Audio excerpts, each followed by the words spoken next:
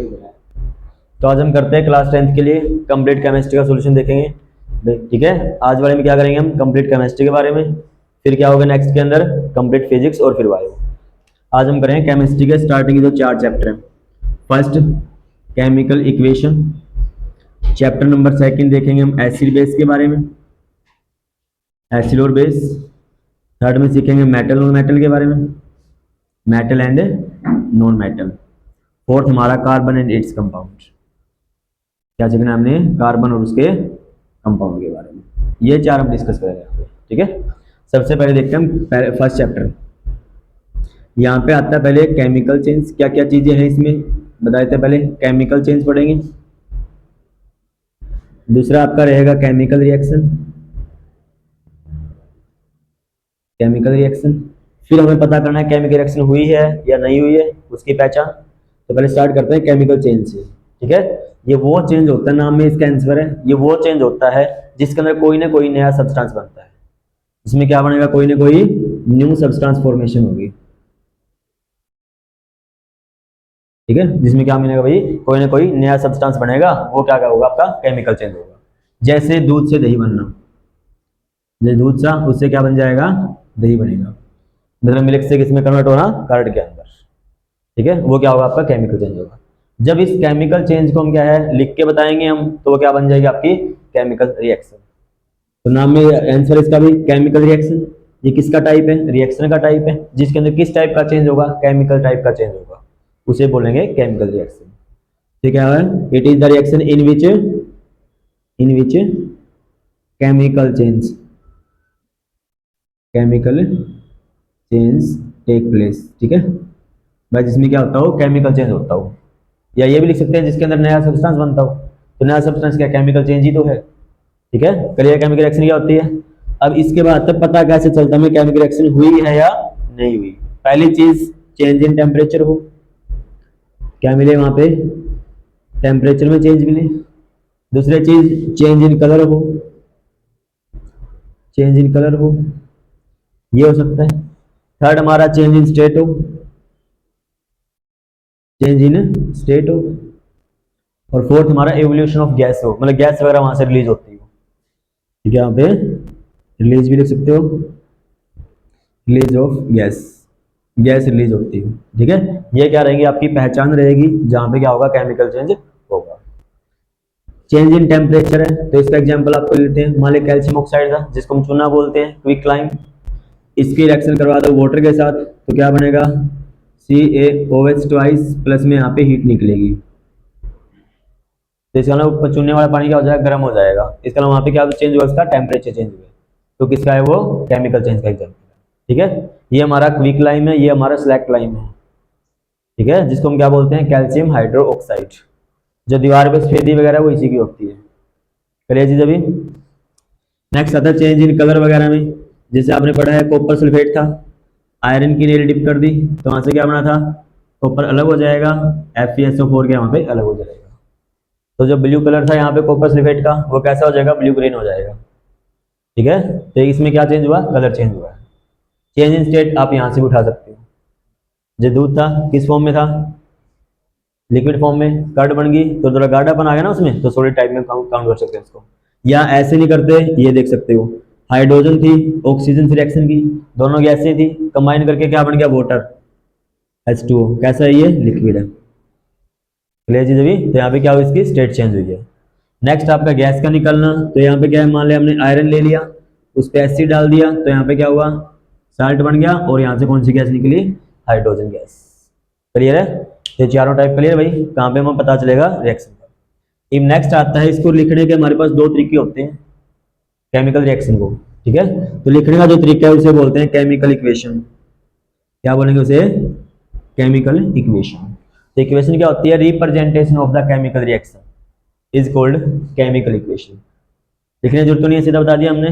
क्या ये रिप्रेजेंटेशन है किसकी, केमिकल रिएक्शन की। ठीक है, डेफिनेट लिखो, क्या लिखोगे, it is the representation of chemical reaction is called chemical equation. इसको 2 टाइप से रिप्रेजेंट कर सकते हैं।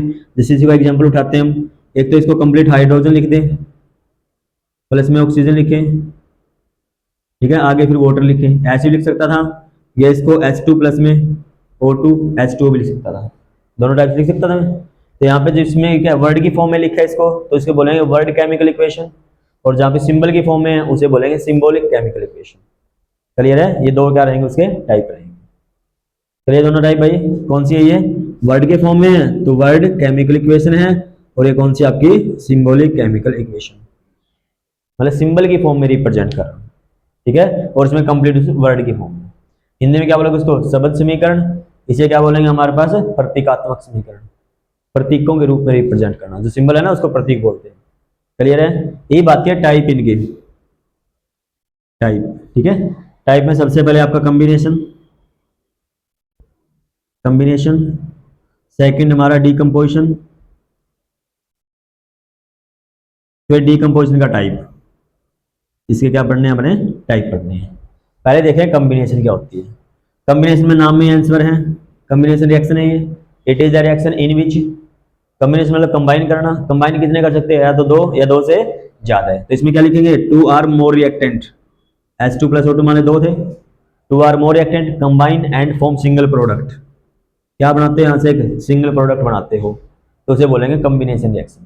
चलिए कॉम्बिनेशन रिएक्शन क्या होती है, it is the type of reaction in which two or more reactant combine and form single product, वो आपकी कॉम्बिनेशन रिएक्शन होगी। अब यहाँ पे वर्ड आया कि रिएक्टेंट क्या होता है, ठीक है। रिएक्टेंट वो सब्सटेंस होते हैं जो केमिकल रिएक्शन में पार्टिसिपेट करते हैं, वो रिएक्टेंट होते हैं। मतलब these are the substance which participate in chemical reaction, या ये बोल सकते हो जिनके अंदर चेंज आता है केमिकल रिएक्शन के दौरान, तो वो भी क्या होते हैं, रिएक्टेंट ही होते हैं। और जो नई चीज बनी है वो क्या कहलाएगी, प्रोडक्ट कहलाएगी। क्लियर? और जो बीच में ये एरो है, ये एरो क्या दिखाएगी हमें, डायरेक्शन दिखाएगी, क्या दिखाएगी हमें, डायरेक्शन ऑफ रिएक्शन, रिएक्शन की डायरेक्शन शो करती है ये। जो इसका हेड रहेगा ये प्रोडक्ट की तरफ रहता है, जो ये टेल है ये किसी तरफ रहेगी, रिएक्टेंट की तरफ। क्लियर चीज भाई अभी? और जो भी इसमें ऊपर नीचे लिखना होता है टेम्परेचर वगैरह, वो इस एरो को ऊपर ही लिखा जाता है या नीचे लिखा जाता है। क्लियर? ये नेक्स्ट आता है डीकंपोजिशन, कॉम्बिनेशन। क्लियर? नेक्स्ट आता है डीकंपोजिशन। डीकंपोज में क्या होता है, टूटना, और टूटे या कोई एक ही चीज तो टूटेगी, और टूटे के कितने टुकड़े बनेंगे उसके, या तो दो बनेंगे या दो से ज्यादा बनेंगे, यही चीज है वहां पे। तो इसका जिसमें क्या होगा, सिंगल रिएक्टेंट होगा, मान लिया मैंने यही ले लिया CaCO3, सिंगल रिएक्टेंट डीकंपोज हो जाएगा इसके अंदर टू और मोर प्रोडक्ट के अंदर, ठीक है। जिसके अंदर क्या होगा, एक सिंगल रिएक्टेंट होगा, डीकंपोज हो गए दो या दो से ज्यादा क्या बनाएगा, प्रोडक्ट बनाएगा, वो क्या कहलाएगी आपकी डीकंपोजिशन रिएक्शन। अपने आप कोई टूटता नहीं, उसको तोड़ा जाता है। किस से तोड़ सकते हैं हम, या तो हीट से, या इलेक्ट्रिसिटी से, या सनलाइट से, तीन टाइप से हो सकता है। तो इसके मतलब टाइप कितने बन गए हमारे, तीन टाइप बन गए, या तो फोटो डीकंपोजिशन, या थर्मल रहेगी, या आपका इलेक्ट्रिक रहेगा, ठीक है। तीन टाइप की क्या होती है, डीकंपोजिशन रिएक्शन होती है। फोटो होती है जो सनलाइट से होती है, थर्मल जो हीट से होगी, और आपकी इलेक्ट्रिक जो इलेक्ट्रिक करंट से होगी। तीनों की डेफिनेशन बनानी पड़ जाए, बना सकते हो आराम से। इसमें कह दिया फोटो डीकंपोजिशन रिएक्शन, तो क्या बताओगे, it is the type of decomposition reaction in which reactant are decomposed due to the sunlight is called photo decomposition reaction। Clear है? सेम जहां पे सनलाइट यूज की थी वहां पे हीट यूज कर लेना, थर्मल बन जाएगी, और जहां पे हम क्या यूज कर दें, इलेक्ट्रिसिटी यूज कर देंगे, तो क्या बन जाएगी, इलेक्ट्रिक डीकंपोजिशन। क्लियर है? ये तीनों का एग्जांपल फोटो में हमारे पास क्या है, जैसे AgBr है, इसको हीट करोगे तो Ag प्लस में Br2, बैलेंस करोगे तो यहाँ से 2 लगा देना, ये बैलेंस हो जाएगी। ऊपर H लगाया हुआ है, सनलाइट के लिए होता है, ठीक है। नेक्स्ट थर्मल, थर्मल में क्या ऊपर हीट लिखना है, तो ये वाली रिएक्शन क्या है आपकी, थर्मल की है, कि ऊपर हीट आई है, ये थर्मल की है। इलेक्ट्रिक वाला आपका जो वाटर होता है H2O, उसमें इलेक्ट्रिक करंट पास करवा दो, तो क्या आएगा, H2 अलग हो जाएगी, ρ2 क्या हो जाएगी, अलग हो जाएगी। क्लियर चीज अभी? तो ये क्या आती है आपकी डीकंपोजिशन, यहाँ तक क्लियर। अब इनमें हम देख रहे हैं किसी साइड के एटम, इस साइड ऑक्सीजन एक है, इस साइड दो है, बैलेंस नहीं है, ठीक है। तो इसका मतलब क्या होगा, यहाँ से फिर टाइप बन गया, या तो बैलेंस या अनबैलेंस। तो नेक्स्ट रिएक्शन कौन सी आ गई, अब कितने हो गए हमारे पास, फर्स्ट सेकंड, इसका टाइप। अब थर्ड और देखो यहाँ पे, बैलेंस केमिकल रिएक्शन, ठीक है, मतलब संतुलित रासायनिक अभिक्रिया। बैलेंस क्या होगा, जिसमें दोनों तरफ, रिएक्टेंट की तरफ भी और प्रोडक्ट की तरफ भी, नंबर ऑफ एटम क्या हो, सेम हो हर एक एलिमेंट के, तो वो रिएक्शन क्या कहलाएगी, बैलेंस कराएगी। जैसे एग्जांपल इसका मैं C+O2 ले लेते हैं, CO2 बन जाएगा यहाँ पे। तो यहाँ देखो ऑक्सीजन दो, इस साइड भी दो, इस साइड एक, इस साइड भी, तो क्या है ये बैलेंस है। क्लियर। जैसे दूसरा एग्जाम्पल हमने ले लिया H2 प्लस O2, H2O बना हमारा, ये क्या ये बैलेंस है? नहीं है, क्योंकि इस साइड ऑक्सीजन दो है, उस साइड कितना है? एक है। तो उसको बैलेंस करोगे तो यहाँ पे क्या लगाओगे? 2। अब यहाँ 2 लगाने से हाइड्रोजन कितने हो गए हमारे? 4 हो गए, तो इस साइड H के आगे 2 लगा दो, ठीक है, ये हो जाएगी बैलेंस। Clear balance.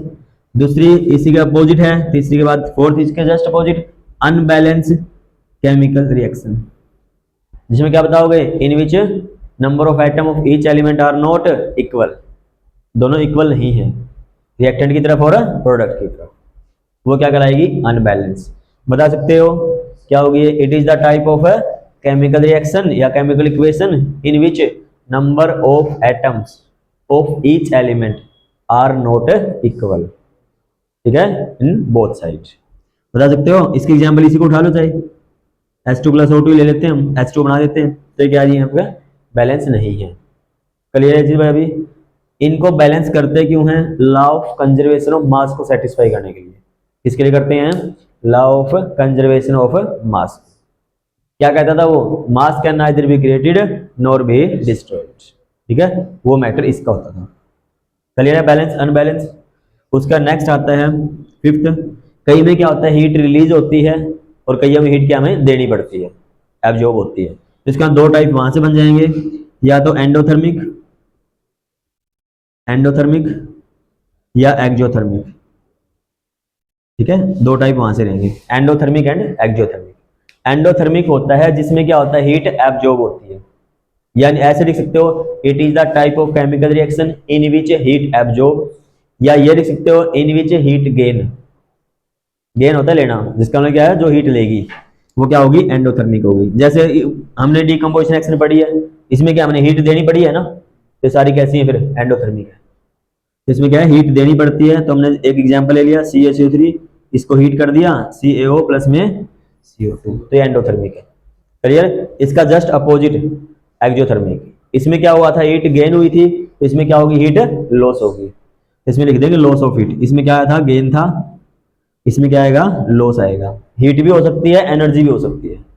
तो इसके एग्जांपल आपके पास क्या रहेगा? पहले तो आपका रेस्पिरेशन, जब हम सांस वगैरह लेते हैं वो चीजें, रेस्पिरेशन रहेगा। और सेकंड आपका यहां से देख सकते हो कैल्शियम वाला था ना आपके पास, ये रहा CaO था, इसमें H2O में डाला था इसको, यहां से क्या होता? हीट निकली थी। तो एक्जोथर्मिक का एग्जांपल है CaO प्लस में H2O, तो क्या बना था हमारा? CaOH ट्वाइस प्लस में हीट, ठीक है। तो किसका था आपका एग्जांपल? एक्जोथर्मिक का। क्लियर। अभी आपके पास क्या, कई बार क्वेश्चन पूछ लेते हैं रेस्पिरेशन जो है एक्जोथर्मिक क्यों है, तो तुम्हें एक्जोथर्मिक की डेफिनेशन पता होनी चाहिए। क्या होता है एक्जोथर्मिक? जिसमें हीट या एनर्जी निकले, इसका उसमें क्या निकलती होगी? एनर्जी निकलती होगी, इस वजह से क्या बोलते हैं उसको? एक्जोथर्मिक बोलते हैं। क्लियर।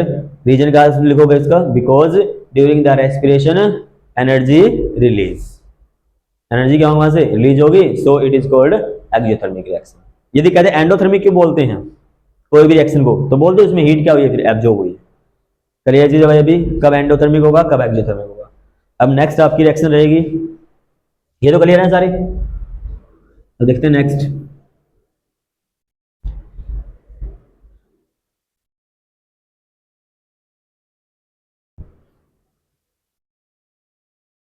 नेक्स्ट आता है आपका ऑक्सीडेशन,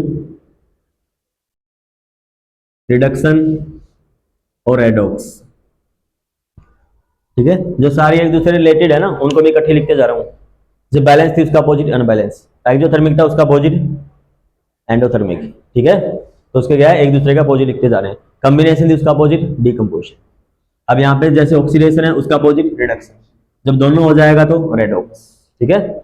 आपके पास क्या ऑक्सीडेशन क्या होता है? जहां पे गेन होता है ऑक्सीजन का या लॉस होता है हाइड्रोजन का, दोनों में से कोई एक चीज होती है, ठीक है, तो क्या बोलेंगे उसका? ऑक्सीडेशन। 10 तक तो यही बोलते हैं, ठीक है, बट 11th में क्या बोल देंगे? Gain of electronegative element, electronegative element, मतलब ग्रुप नंबर 16 17 के जो भी हैं, यदि वो भी किसी के साथ अटैच होते होंगे ना, तो क्या होगी? वो ऑक्सीडेशन ही होगी। बट 10वीं तक सिंपल क्या होता है? सिर्फ ऑक्सीजन का गेन होना चाहिए या हाइड्रोजन का लॉस होना चाहिए, ठीक है। जैसे अब क्या है, रिएक्शन करवा सकते हैं। तुम्हारा पहली एक्टिविटी है मैग्नीशियम रिबन को जला दो, ठीक है, तो क्या बना था वहां से, मैग्नीशियम ऑक्साइड MgO, बैलेंस कर लेना इसको, यहाँ पे 2 लगा दिया तो यहाँ पे भी 2। ठीक है, तो ये क्या था आपका मैग्नीशियम ऑक्साइड, जो किस कलर का था, व्हाइट कलर का। ठीक है, जो पाउडर फॉर्म में हमें मिला था। कैसा नेचर था इसका, बेसिक नेचर। ठीक है, तो मेटल ऑक्साइड कैसे होते हैं, बेसिक नेचर में होते हैं। क्लियर है, पहला ऑक्सीडेशन, इसका जस्ट अपोजिट रिडक्शन। रिडक्शन में क्या होगा, जो गेन आपका है वो तो हाइड्रोजन का होगा, या जो लॉस होगा वो आपका ऑक्सीजन का होगा। या इसको कैसे लिख सकते हैं, gain of electro positive element, electro positive element. ठीक है, ये 11th के लिए रहेगा, 11th जो भी आगे पढ़ेंगे। यहाँ पे सिंपल ये रहेगा, वह हाइड्रोजन गेन होती हो या ऑक्सीजन लॉस होती हो। क्लियर, जैसे भी क्या है, रिएक्शन करवा सकते हैं, Li की करवा दो चलो H2 के साथ, क्या बन जाएगा, LiH बन जाएगा। बैलेंस करेंगे तो यहाँ पे 2, यहाँ पे 2। क्लियर है, तो ये क्या रहेगा आपके पास रिडक्शन के अंदर। दूसरा आता है रेडॉक्स, जिसमें दोनों एक साथ होते हो, इसमें क्या हो, रिडक्शन भी हो प्लस ऑक्सीडेशन भी हो। मतलब इसमें 2 रिएक्टेंट मिलेंगे, एक का तो ऑक्सीडेशन होता मिलेगा, दूसरा का होता मिलेगा आपका रिडक्शन होता मिलेगा। ठीक है, जैसे जिससे मेटल को ऑब्टेन करते हैं ना, माने कॉपर ऑक्साइड है, इसको C से रिएक्शन करवाई हमने, कॉपर अलग CO वगैरह अलग। ठीक है, ये लेस अमाउंट में तो CO निकलेगी, हाई अमाउंट में तो CO2 निकलेगी। अब इसमें क्या देखो, कॉपर के पास पहले ऑक्सीजन था, बाद में क्या हुआ, ऑक्सीजन चला गया इसका इसका क्या हुआ है, रिडक्शन। ठीक है, क्योंकि इसने क्या किया, ऑक्सीजन को लॉस कर दिया, तो इसका रिडक्शन हुआ है। इसके पास ऑक्सीजन नहीं था बट बाद में आ गया, तो इसका क्या हुआ है, ऑक्सीडेशन। ठीक है, और ऑक्सीडेशन हो चाहे रिडक्शन हो, वो हमेशा रिएक्टेंट का ही होता है, प्रोडक्ट का कभी नहीं होता। ठीक है, जैसे तुम्हारा लेड ऑक्साइड वाला एग्जांपल है ना, उसमें यही है, लेड ऑक्साइड प्लस में CO होगा, लेड प्लस में CO2 वगैरह, तो उसमें क्या होगा, लेड ऑक्साइड का रिडक्शन होगा। इसका इसमें पूछा ना रिडक्शन किसका होगा, ये मत कहना कॉपर का होगा, रिडक्शन किसका हुआ है, कॉपर ऑक्साइड का। ठीक है, और ऑक्सीडेशन किसका है, कार्बन का। क्लियर चीज भी, क्लियर, रेडॉक्स रिएक्शन वगैरह तीनों क्लियर इसके। अब आती है displacement and double displacement. Displacement है और डबल डिस्प्लेसमेंट है, दो आपकी रिएक्शन हो रहा है। डिस्प्लेसमेंट में क्या होता है, सिर्फ आयन का एक्सचेंज होता है आपस में। जिसमें तुम 2 बंदे हो, एक तुम्हारी जगह पे बैठ जाता है, तुम क्या करोगे, उसको जो ज्यादा एक्टिव था ना, ज्यादा हैवी बंदा था, वो क्या करेगा, उसको हटा देगा वहां से, चाहे वो कहीं भी जाए, तो वो डिस्प्लेसमेंट मैटर आएगा। जब दोनों बराबर के हो जाए तो क्या करेगा, अपनी जगह चेंज कर लेगा, तो वो डबल डिस्प्लेसमेंट हो जाएगा। चलिए दोनों में फर्क है, तो इसमें क्या होगा, जो डिस्प्लेस किया जाएगा, it is the reaction in which less reactive element, in which के बाद है ये less reactive element displace by more reactive element. ठीक है, फ्रॉम देयर सॉल्यूशन, उसके सॉल्यूशन क्या कर देना, उसको डिस्प्लेस कर देना। क्लियर, वो क्या कहलाएगी, डिस्प्लेसमेंट रिएक्शन। जैसे तुमने पढ़ा है, कॉपर सल्फेट था, इसमें आयरन की नेल डिप की थी, तो इसने क्या किया, फेरस ने कॉपर को हटा दिया था, तो क्या बना था, FeSO4 प्लस में Cl। ठीक है, तो ये क्या रहेगी आपकी डिस्प्लेसमेंट रिएक्शन। नेक्स्ट क्या आती है आपकी डबल डिस्प्लेसमेंट, जिसमें क्या रहता है आपका आयन एक्सचेंज होते हैं। क्या होते हैं, आयन एक्सचेंज, आयन एक्सचेंज। ठीक है, वो क्या कहलाएगा आपकी डबल डिस्प्लेसमेंट। आयन एक्सचेंज का मतलब क्या है, एक यहाँ पे मिलेगा आपका, मान ले BaCl2 है, मान ले AgNO3 है। ठीक है, ये आपस में क्या है, जो NO3 है वो Ba के साथ लग जाएगा, और जो Cl है वो Ag के साथ लग जाएगा। तो क्या करते हैं, आपस में सिर्फ जगह बदल देंगे, वो क्या कहलाएगी आपकी डबल डिस्प्लेसमेंट। बता सकते हो डबल डिस्प्लेसमेंट भी। करिए भाई, डिस्प्लेसमेंट में क्या था, सिर्फ एक बंदा है मोर एक्टिव, वो लेस को हटा देगा, और इसमें क्या करेंगे, आपस में जगह एक्सचेंज कर लेंगे, जगह मतलब आयन एक्सचेंज कर लेंगे, वो होगी डबल डिस्प्लेसमेंट। बता सकते हो दोनों। क्लियर सारी रिएक्शन अब, और आपके यहाँ पे कोई रिएक्शन नहीं है। एक छोटी ही और देखनी है तो PPT रिएक्शन, जिसको बोलते हैं प्रेसिपिटेशन रिएक्शन। ठीक है, जिसके अंदर क्या होगा, इनसोल्यूबल प्रोडक्ट बनता हो। क्या बनता हो, इनसोल्यूबल प्रोडक्ट, मतलब थोड़े PPT दिख जाए हमें, 2 चीज मिक्स की, उसके बाद क्या मिला हमें, छोटे छोटे क्रिस्टल से दिखने शुरू हो गए, तो इसका ना क्या PPT बन गया वहां पे, प्रेसिपिटेट, तो उसे बोलते हैं प्रेसिपिटेट रिएक्शन या PPT रिएक्शन। बता सकते हो। उसके बाद इसका लास्ट टॉपिक हमारा, एक तो कोरोजन और नेक्स्ट रेंसिडिटी। ठीक है, रेंसिडिटी, ये 2 चीज हो रहे हैं। कोरोजन क्या होता है हमारा, मेटल्स का वीक हो जाना। तो क्या लिखोगे, weakening of the metal due to the attack of moisture and acidic substance. चीज भी क्या होता है आपके पास कोरोजन है, इट इज द प्रोसेस या it is the weakening of also the weakening of the metal due to the attack of moisture and acidic substance, it is called corrosion. जब ये कोरोजन आपका किस पे लगता हो, लोहे पे लगता हो, तो फिर उसको बोल देंगे रस्टिंग ऑफ आयरन। क्या बोला जाएगा फिर हमारा, फिर रस्टिंग ऑफ आयरन। ठीक है, जब आयरन पे रस्ट लगता है ना, किसका लगा हो जाता है, ब्राउन कलर का, जिसको क्या बोलते हैं, रस्ट बोलते हैं, जिसका फॉर्मूला क्या रहेगा आपका, Fe2O3XH2O। ठीक है, ये क्या रहेगा आपका, रस्ट का फॉर्मूला रहेगा, जिसको जंग बोलते हैं हिंदी में, ये उसका रहेगा। क्लियर चीज अभी। नेक्स्ट आता है आपका रेंसिडिटी। रेंसिडिटी क्या होता है, जो oil and fat containing food होते हैं ना, oil and fat containing food, उनका ऑक्सीडेशन की वजह से क्या हो जाना, टेस्ट और स्मेल में चेंज आना। क्या होता है, oil and fat containing food क्या करते हैं, चेंज कर लेते हैं किसको, टेस्ट को एंड स्मेल को, किसकी वजह से, ऑक्सीडेशन की वजह से। वो क्या कहलाता है आपका, रेंसिडिटी कहलाता है। जैसे चिप्स होता है, उसको बाहर छोड़ दें हम, कुछ देर बाद क्या नमी आ जाएगी उसके अंदर, वो खराबी हो जाएगा, उसका टेस्ट भी चेंज हो जाएगा, स्मेल भी चेंज हो जाएगी। ठीक है, वो क्या होगा, रेंसिडिटी। ये भी से बचाने के लिए कौन सी गैस यूज होती है आपकी, नाइट्रोजन गैस। चिप्स के पैकेट में जो गैस होती है वो कौन सी होती है, नाइट्रोजन। बराबर गया। तो किसको रोकेगा ये, ऑक्सीडेशन को रोकेगा। इसका क्या है, ये एंटीऑक्सीडेंट है। तो किसका एग्जांपल है ये, एंटीऑक्सीडेंट का, एंटीऑक्सीडेंट। ठीक है, एंटीऑक्सीडेंट मतलब जो ऑक्सीडेशन को रोके, वो क्या कहलाएंगे, एंटीऑक्सीडेंट कहलाएंगे। बता सकते हैं चीज अभी। तो ये ऑल अबाउट किसके बारे में था आपका, फर्स्ट चैप्टर के बारे में। क्लियर है, कोई डाउट इस बीच में। अब इसमें एक चीज आई थी हमारी, बैलेंस करनी इक्वेशन को आई थी हमारे पास। अब उसको बैलेंस करने के क्या क्या स्टेप होते हैं वो आपको ब्रीफली बता देते हैं, भाई ऐसे ऐसे होते हैं। ठीक है, तो जैसे कोई भी आपकी रिएक्शन हमारी, एक सिंपल चीज लेते हैं, मैं इसी को लेता हूँ, ये पहले से मान ले बैलेंस, अनबैलेंस को लेते हैं पहले, H2 + O2 को ही ले लिया मैंने। ठीक है, मान लिया H2 बन गया, ये अनबैलेंस है। पहला स्टेप रहेगा, इसके चारों तरफ बॉक्स बनाओ। ठीक है, जो भी रिएक्टेंट है प्रोडक्ट उनके बाद क्या बनाओगे, बॉक्स बनाओगे। दूसरा बोलता है जो भी चेंज करोगे वो इस बॉक्स के अंदर नहीं करोगे कोई भी चेंज। ठीक है, अंदर क्या है, कोई भी चेंज नहीं करना। तीसरा कहता है टेबल बना लेना, इस साइड रिएक्टेंट लिखना है, ये प्रोडक्ट। क्या क्या क्या एलिमेंट इसमें, H है, O है, तो H लिख दिया, O लिख दिया। रिएक्टेंट की तरफ कितने हैं, 2 हाइड्रोजन। प्रोडक्ट की तरफ कितने हैं, मतलब ऑक्सीजन कितने हैं रिएक्टेंट की तरफ, 2 है। प्रोडक्ट की तरफ क्या है, H 2 है, ऑक्सीजन कितने हैं, 1 है। यही चीज है ना। तो ये तो बैलेंस है, इनको बैलेंस करना है, तो इसका क्या करना पड़ेगा, सेट 2 से मल्टीप्लाई करनी पड़ेगी। तो इसको किससे मल्टीप्लाई करोगे, 2 से। किसकी तरफ, प्रोडक्ट की तरफ। तो इसका प्रोडक्ट की तरफ जो ऑक्सीजन है उस वाले के 2 से मल्टीप्लाई कर दो। तो जब इसको 2 से मल्टीप्लाई करोगे तो यहाँ पे H2 as it is, O2 as it is, ये बॉक्स एज इट इज रहेगा। H2 था, यहाँ बाहर 2 लगाना अपने बार पे, हो गया पहला स्टेप।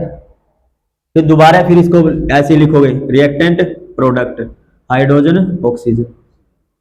रिएक्टेंट की तरफ कितने थे हमारे, H 2 थे, ऑक्सीजन भी 2 थे। यहाँ पे हाइड्रोजन कितने हो गए, 2 2 जा 4 हो जाएगा, 2 1 जा 2 रहेगा।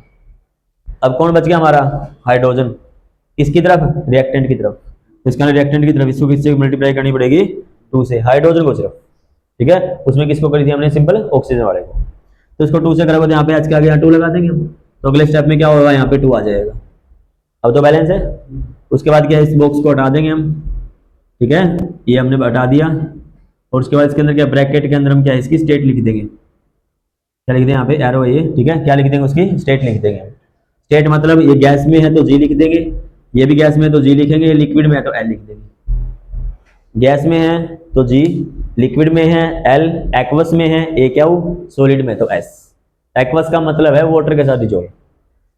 चलिए जी अभी, तो ये आपका रहेगा फर्स्ट चैप्टर के बारे में। तो हमारा क्या, पहला चैप्टर यहाँ पे खत्म।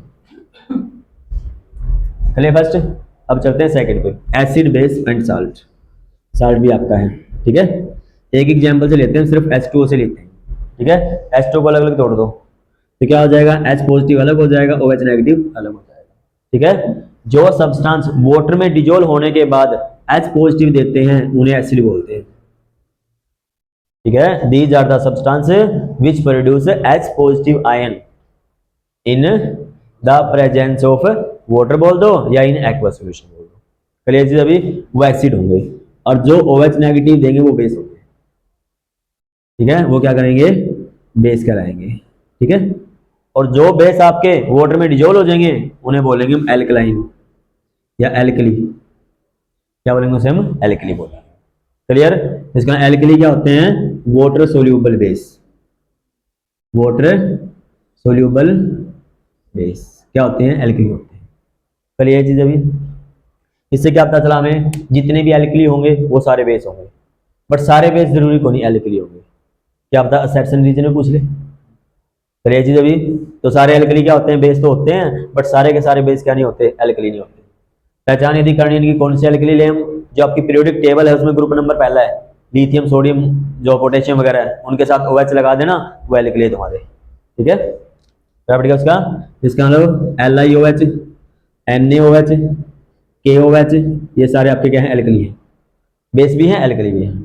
नेक्स्ट आपका MgOH ट्वाइस, AlOH थ्राइस है तो ये बेस, बट आपके पास क्या है, एल्कली नहीं है। प्रॉपर्टी दोनों चीजें, एक NH3 NH4OH भी है। ठीक है, ये भी आपका बेस है। अब आते हैं एसिड में कौन कौन से हैं, HCl, H2SO4, CH3, COOH, ठीक है, और एक HNO3, ये आपके पास। ठीक है, तो अब देखना है H पॉजिटिव दे रहे थे तो क्या थे, वो एसिड थे, जो OH नेगेटिव दे रहे वो बेस थे, और जो आपके पास क्या एसिड और बेस जब आपस में रिएक्शन कर देते हैं उससे जो प्रोडक्ट बनता है वो आपका सॉल्ट होता है। क्या होता है वो, salt. It is the product form by reaction between acid and base. तो इसका मतलब जब भी एसिड प्लस में बेस रिएक्शन करेंगे तो क्या बनेगा, वहां पे सॉल्ट प्लस में वाटर बनेगा। क्लियर है, तो यहाँ पे क्या बनता है, आपका सॉल्ट बनता है। क्लियर है, सॉल्ट क्या होता है हमारे पास, एसिड और बेस की रिएक्शन से जो प्रोड्यूस होता है वो क्या कहलाता है, सॉल्ट कहलाता है। और जो ये एसिड और बेस के बीच की रिएक्शन थी उस रिएक्शन को बोला जाता है न्यूट्रलाइजेशन रिएक्शन। कौन सी रिएक्शन होती है वो, न्यूट्रलाइजेशन। बता सकते हो ना न्यूट्रलाइजेशन, हिंदी में क्या बोलते हैं, उदासीनीकरण। ठीक है, तो it is the reaction between acid and base in which salt and water produce is called neutralization reaction. बता सकते हो न्यूट्रलाइजेशन के बारे में। अब आते हैं यहाँ पे, बोला हमने H पॉजिटिव देगा, वो कम भी दे सकता है ज्यादा भी दे सकता है।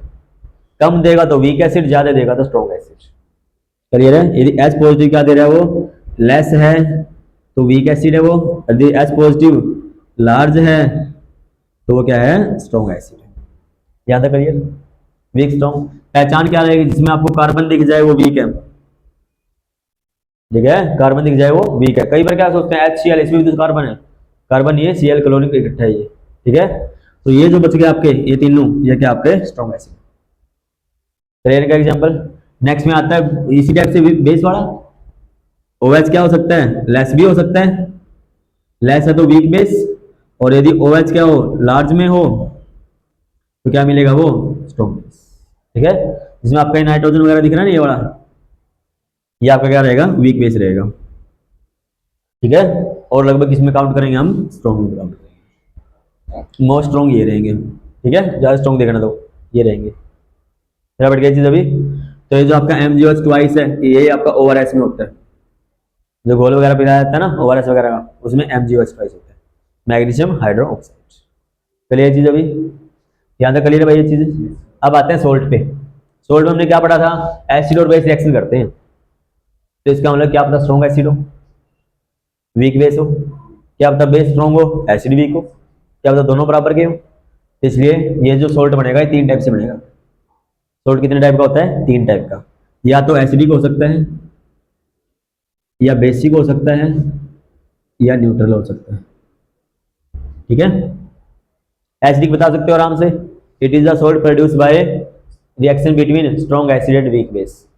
एसिड स्ट्रॉन्ग बेस वीक, तो एसिड स्ट्रॉन्ग मान लो मैंने HCl ले लिया, वीक बेस मान लो मैंने ये ले लिया, तो यहाँ से OH हटेगा, यहाँ से H हटेगा, तो क्या बचेगा, NH4Cl बचेगा। तो यहाँ पे इसका एग्जाम्पल आ जाएगा NH4Cl। क्लियर, ये हमें पता है यहाँ से तो OH हटना है बेस के अंदर से, यहाँ से H हटना है, तो जो थे वो कंबाइन हो जाएंगे। दूसरा आपके पास क्या, बेसिक, बेस स्ट्रॉन्ग लेना है एसिड वीक लेना है, तो बेस हमने स्ट्रॉन्ग मान लिया NaOH ले लिया, एसिड हमने वीक मान लिया CH3COOH ले लिया, यहाँ से H हटा दो, यहाँ से OH हटा दो, क्या बचा Na, वो इसके साथ लग जाएगा H की जगह, तो क्या बन जाएगा CH3COONA। ठीक है, इस टाइप से न्यूट्रल बताओगे तो क्या लिखोगे, या तो दोनों स्ट्रॉन्ग होंगे या दोनों वीक होंगे। मान लो दोनों स्ट्रॉन्ग ही ले लेते हैं, HCl ले लिया, NaOH ले लिया, तो यहाँ से क्या OH हटेगा, यहाँ से H हटेगा, तो क्या जुड़ेगा Na और Cl, तो ये बन जाएगा आपका NaCl, जिसको हम कॉमन सोल्ट भी बोलते हैं, जो हमारे घरों में यूज होता है, सोडियम क्लोराइड। मैं पड़ गई चीजें भी, ये हमारी साबुन में होते हैं। ठीक है, जो कपड़े धोने वाली साबुन होती है ना, उसके अंदर ये होता है CH3COON। बता सकते हैं ये चीज अभी। ये हमें पता चल गया एसिड क्या है, बेस क्या है, साल्ट क्या है। अब इनको पता लगाने के लिए कुछ ना कुछ तो होना चाहिए। ठीक है, वो होते हैं हमारे इंडिकेटर। क्या आते हैं हमारे इंडिकेटर।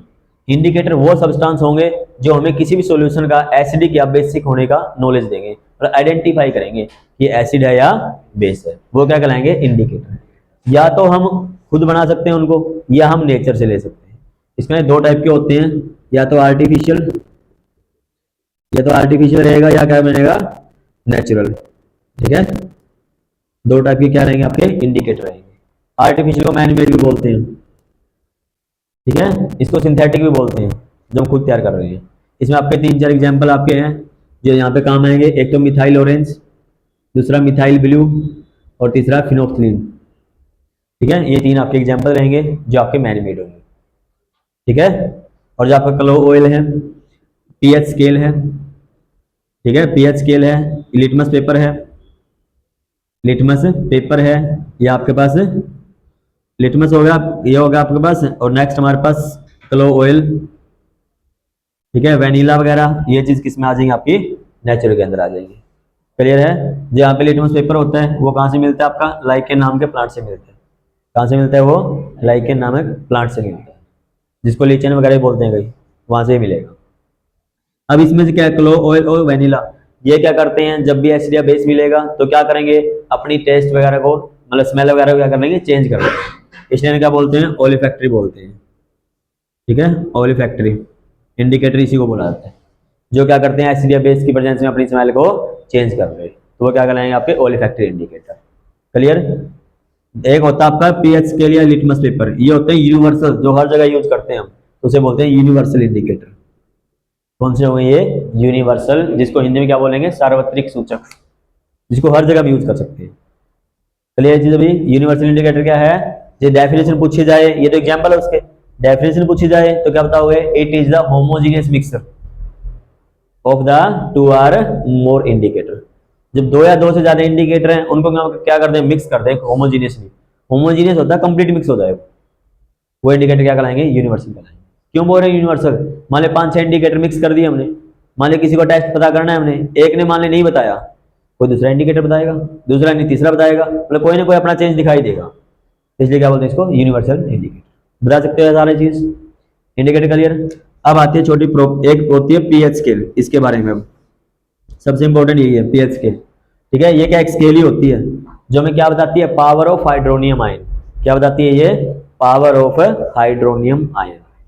इसके अंदर किसी भी सॉल्यूशन के अंदर हाइड्रोनियम आयन इसी को बोलते हैं। H3O पॉजिटिव हो सकता है या आपका H पॉजिटिव लिखोगे, बट यहाँ पे A क्या लिखोगे, एक्वस फॉर्म में। ठीक है, इनकी पावर बताती है, वो क्या होती है आपकी पीएच स्केल, जिसकी वैल्यू कहां से कहां तक होती है, 0 से स्टार्ट होगी, फिर यहाँ पे 7 और यहाँ पे 14, 0 से 14 तक।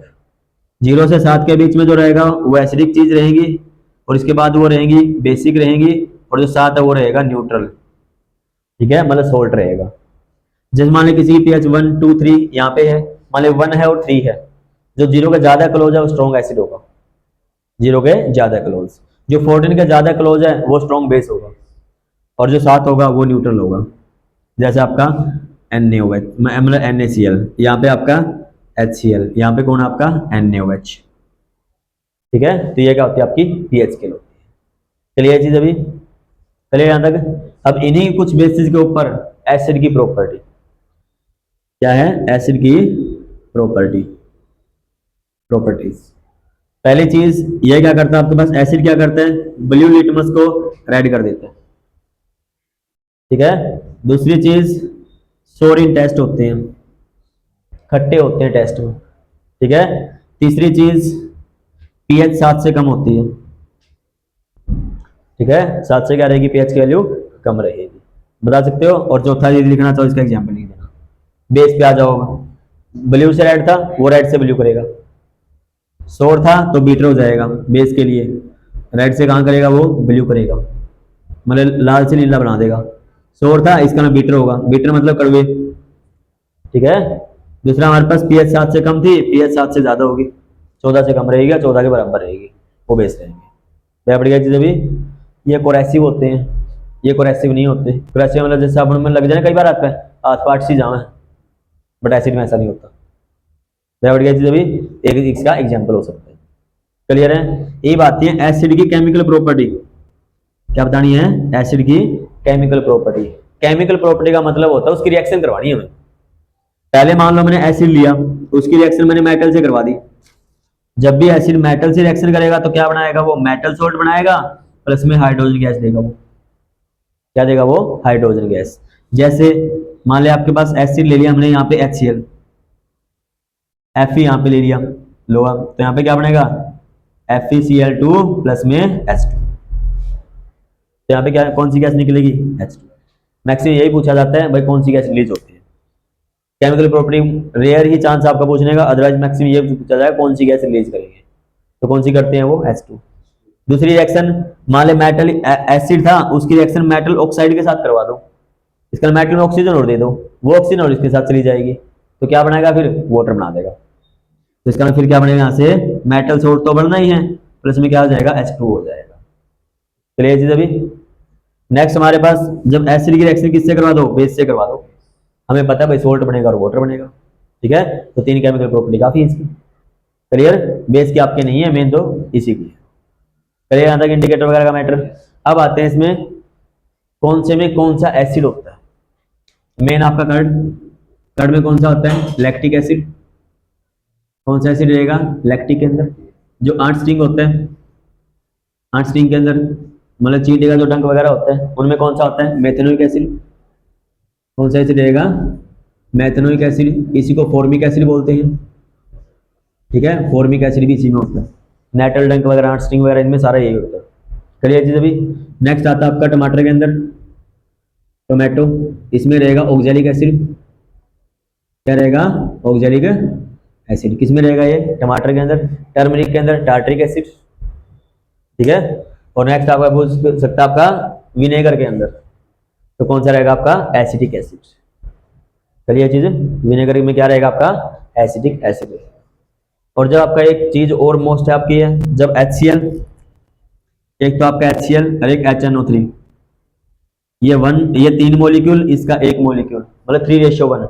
जब इन दोनों को मिक्स कर देते हैं हम तो बन जाता है आपका एक्वारेजिया। क्या होता है, एक्वारेजिया, जिसमें 3:1 रहेगा, जो क्या है गोल्ड को भी पिघला सकता है, ठीक है। सबसे स्ट्रॉन्ग चीज ये बन जाती है। फिर कई बार पूछा जाता है एक्वारेजिया में कौन कौन से एसिड होंगे, तो कौन कौन से है, HCl मतलब हाइड्रोक्लोरिक एसिड, और HNO3 मतलब नाइट्रिक एसिड, ये दोनों रहते हैं।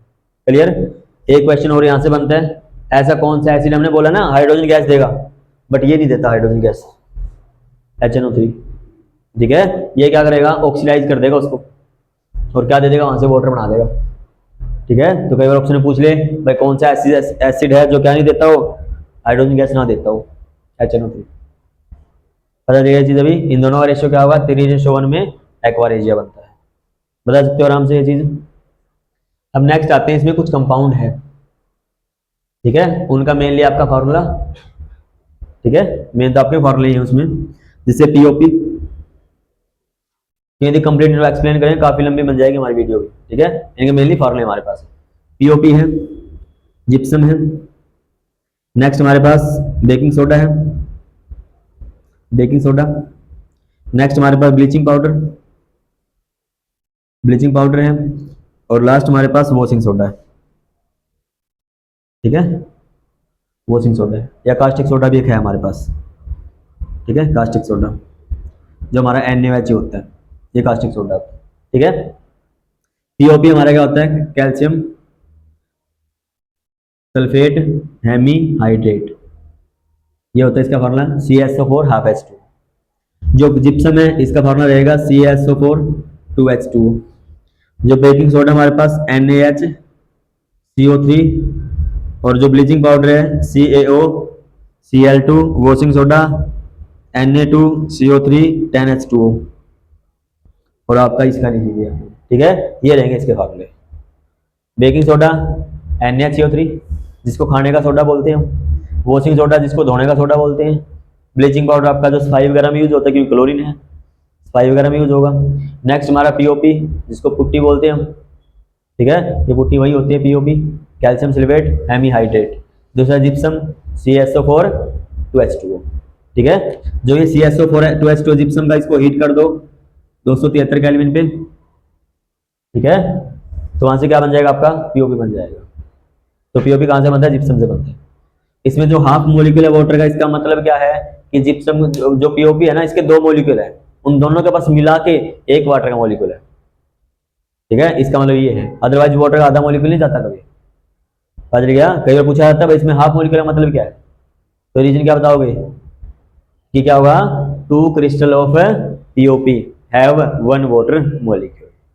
पर जो 2 इसके क्रिस्टल उन दोनों के पास मिला के कितना मोलिक्यूल है? 1 है। तो एक कैसे कितना है आप भी काउंट करेंगे फिर हम, क्या बढ़ गया चीज अभी। नेक्स्ट आता है कई बार इसकी प्रिपरेशन, ब्लीचिंग पाउडर की प्रिपरेशन बताओ। तो हमें क्या है, पहले हमने कैल्शियम हाइड्रोक्साइड बनाया था ना, COH ट्वाइस बनाया था। एक आपका प्रोसेस होता है क्लोरो एल्कली प्रोसेस, जिसमें क्लोरीन निकलेगी, वो क्लोरीन की रिएक्शन करवा दो, आपका ब्लीचिंग पाउडर बन जाएगा, ठीक है, क्या करवा दो उसके, ब्लीचिंग पाउडर आपका बन जाएगा क्लोरीन से रिएक्शन करवा के, ठीक है। और जो ये आपका बनेगा, ये क्या कैसे बनेगा आपके पास, वही आपका जो आपका स्टार्टिंग में था NaCl, क्या होता है आपका नमक होता है, इसको वाटर में डिजोल्व कर दो H2O के अंदर, अमोनिया के साथ रिएक्शन करवा दो NH3 और प्लस में CO2 गैस पास करवा दो, इनसे आपका ये बन जाएगा, ठीक है, इनसे क्या आपका सोडियम हाइड्रोजन कार्बोनेट ये बनेगा। क्लियर है? ये इसकी प्रिपरेशन है। चलिए भाई, हमें पता है भाई जब भी CO2 रिएक्शन करती है हमेशा CO3 तो बनाती है, वो कार्बोनेट तो बनाएगी, ठीक है, और जब कार्बोनेट टूटेगा तो CO2 पक्का देगा वो, पहचान सकते हैं ये चीज अभी। ये आपका क्या है इसका बनाने का मेथड। जब ये बन जाएगा इसको हीट कर देना, कार्बोनेट कन्वर्ट हो जाएगा, उसको फिर वाटर से रिएक्शन करवा देना, वॉशिंग सोडा बन जाएगा। क्लियर है? अब यहाँ पे एक वर्ड यूज किया मैंने, क्लोरो एल्कली प्रोसेस। वो है क्या, नमक लेना है, प्लस में क्या लेना है इसके साथ वाटर लेना है, और इसमें इलेक्ट्रिसिटी पास कर देना। क्या करना है इसमें? इलेक्ट्रिसिटी पास करनी है। यहाँ से क्या बनेगा, एक तो NaOH बनेगा, प्लस में हाइड्रोजन गैस निकलेगी, प्लस में क्लोरीन गैस निकलेगी, ठीक है। तो ये प्रोसेस क्या कहलाता है आपका? Chloro alkali process. It is the process in which electric current passes through the aqueous solution of NaCl, मतलब सोडियम क्लोराइड, प्रोड्यूस NaOH, मतलब एल्कली है ये NaOH, जो आपने पढ़ा था भाई एल्कली बेस को बोलते थे हम, ये वो एल्कली है, ठीक है, हाइड्रोजन एंड क्लोरीन। इस एल्कली की वजह से, क्लोरो एल्कली वर्ड बोल रहे हैं ना, क्लोरो एल्कली प्रोसेस, तो एल्कली इसकी वजह से यूज हुआ है, क्लोरो इस क्लोरीन की वजह से यूज हुआ है, ठीक है। जहां से वो क्लोरीन निकली थी वही हमने इसमें पास करवाई थी, तो क्या बन गया था हमारा ब्लीचिंग पाउडर। क्लियर? नेक्स्ट इसमें क्या पूछ सकते हैं, इनके केमिकल नेम, कॉमन नेम और केमिकल नेम, ये सारे इसके कॉमन नेम है। अभी देखते हैं इसके केमिकल नेम। CaSO4 है, CO को क्या बोलते हैं? कैल्शियम, SO4 को सल्फेट, आधे को हेमी, वाटर को हाइड्रेट, तो क्या नाम बन गया इसका? Calcium sulphate hemihydrate. Clear? Next इसका नाम कैल्शियम सल्फेट, 2 है तो डाई, 2 है तो डाई, वाटर है तो हाइड्रेट। तुमने सुना होगा डॉक्टर वगैरह बोलते हैं डिहाइड्रेशन, पानी की कमी, तो हाइड्रेशन क्या होता है? वाटर के लिए होता है वाटर, हाइड्रेट। क्लियर ये चीज अभी। नेक्स्ट आता है इसका नाम, क्या है ये? सोडियम, ये क्या है? हाइड्रोजन, ये क्या है? कार्बोनेट, तो क्या नाम बन गया इसका? Sodium hydrogen carbonate. क्लियर? ये केमिकल नेम। इसका नाम कैल्शियम ऑक्सी क्लोराइड, क्या नाम बनेगा इसका? कैल्शियम ऑक्सी क्लोराइड, वो इसका नाम रहेगा। अब इसका नाम सोडियम कार्बोनेट 10 को बोलते हैं डेका, क्या बोलते हैं? डेका, DECA डेका, और वाटर क्या बोलते हैं? हाइड्रेट। तो क्या नाम बन जाएगा इसका? Sodium carbonate decahydrate. Clear है सबका नाम?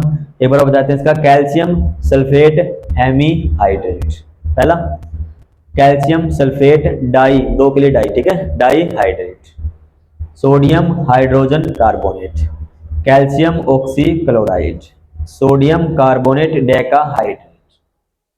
क्लियर है इनके नाम, क्योंकि काफी टाइम पूछे हुए हैं भाई इनके नाम वगैरह, कंपटीशन में भी आते हैं इस टाइप के क्वेश्चन। भाई इनके नाम बताओ या यूज बताओ इसके। ठीक है, जो हार्डनेस होती है वाटर की उसको सॉफ्ट करना है तो आपके पास क्या है, वॉशिंग सोडा वहाँ पे यूज कर सकते हैं। ठीक है, ये हमारा क्या करता है, खाने को जल्दी पकाता है।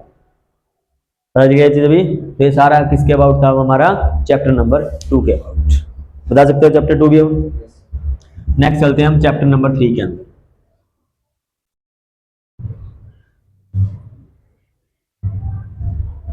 चैप्टर 3 जिसमें हम क्या करेंगे, मेटल नॉन मेटल इनके बारे में डिस्कस। सबसे पहले हमें एलिमेंट देखने होंगे। क्या देखना है हमने, एलिमेंट। एलिमेंट आपने पढ़ा होगा हाइड्रोजन हीलियम लिथियम वगैरह इस टाइप से, तो 20 तक तो कम से कम आपको याद ही होंगे। ठीक है, तो 20 तक इनको पता होना चाहिए। क्या है, hydrogen, helium, lithium, beryllium, boron, carbon, nitrogen, oxygen, fluorine, neon. उसके बाद क्या है, sodium, magnesium, aluminium, silicon, phosphorus, sulphur, chlorine, argon, potassium और। ठीक है, ये 20 तक तो हमें कम से कम पता होना चाहिए। अभी मेटल कौन सी है, नॉन मेटल कौन सी है, मेटलॉइड कौन सी है, ये चीजें हमें पता करना है। मेटल के लिए क्या है, ये चीज याद रखना है, 2, 10 और 18 का, इससे आपको पता चल जाएगा मेटल है या नॉन मेटल है। ठीक है, जैसे मैंने क्या कोई भी उठा लिया, एल्यूमिनियम कौन से नंबर पे है, 13 नंबर पे, किसके पास है, इन दो के बीच में है ना, तो किसके ज्यादा पास है, पहले वाले के, तो मेटल होगी वो। बाद वाले के ज्यादा पास होगी तो नॉन मेटल होगी। ठीक है, क्लियर चीज। अभी इन दोनों के बीच में होगी तो मेटलॉइड हो जाएगी, जिसमें मेटल की प्रॉपर्टी भी होगी नॉन मेटल की भी होगी। क्लियर चीज। अभी इसी टाइप से इसमें, और जो इनके ऊपर ही आ जाएगा, 2, 10 और 18 के ऊपर ही आ जाए कोई चीज, तो वो बन जाएगी नोबल गैस। हीलियम, नियॉन और आर्गन, ये तीनों क्या आपकी नोबल गैस है। मतलब जो रिएक्शन ही नहीं करती किसी से, 10वीं तक तो करती नहीं, बट आगे करेंगे। ठीक है, कुछ कंपाउंड इसके बनेंगे। पता चल गया यहाँ तक ये चीज। अभी क्लियर है, मेटल नॉन मेटल पहचाना। जैसे मैंने कह दिया कैल्शियम, सिलिकॉन बताओ, तो सिलिकॉन कौन से नंबर पे है, 14वें नंबर पे है, तो 14 क्या इन दोनों के बीच में आएगा, तो मेटलॉइड है। ठीक है, अब कहोगे जी कार्बन भी 6 नंबर पे आते हैं इन दोनों के बीच में, ये तो मेटलॉइड नहीं है, इसकी मैक्सिमम प्रॉपर्टी मिलती किससे है, नॉन मेटल से, इसलिए उसको नॉन मेटल में काउंट करते हैं। क्लियर है, बता सकते हो आराम से। अब कोई डाउट अब इसमें, मेटल नॉन मेटल क्लियर। जितना इसके पास है उतनी इनकी वैलेंसी होती है। जब सल्फर है 16 नंबर पे आता है, किसके ज्यादा पास है, 18 के, कितना पास है, 2 पास, तो उसकी वैलेंसी 2 ही होती है। ठीक है, मैग्नीशियम कौन से नंबर पे आता है, 12 पे, तो 10 के 2 पास है तो 2 उसकी वैलेंसी है। कार्बन 6 नंबर पे आता है, 2 के भी उतने पास, 10 के भी उतने पास, 4 पास है ना, तो 4 ही इसकी वैलेंसी होती है। तो यहाँ से हम आराम से वैलेंसी पहचान सकते हैं। क्लियर। अब आते हैं मेटल के बारे में। मेटल है क्या चीज, नॉन मेटल क्या चीज है। ठीक है, मेटल वो होती हैं जो इलेक्ट्रॉन को लॉस करेगी और कैटायन बनाएगी। क्या होती हैं, जो लॉस ऑफ इलेक्ट्रॉन, मतलब क्या करेंगी, इलेक्ट्रॉन को लॉस करेगी एंड फॉर्म कैटायन। तो कैटायन होते हैं पॉजिटिव चार्ज, जो पॉजिटिव चार्ज स्पीसीज होती है ना, उन्हें क्या बोलते हैं, कैटायन बोलते हैं। तो इसका ना किसका टाइप है, एलिमेंट का ही टाइप है।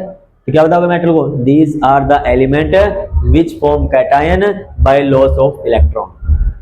ठीक है, इलेक्ट्रॉन लॉस करके जो कैटायन बनाए वो क्या होती है, मेटल होती है।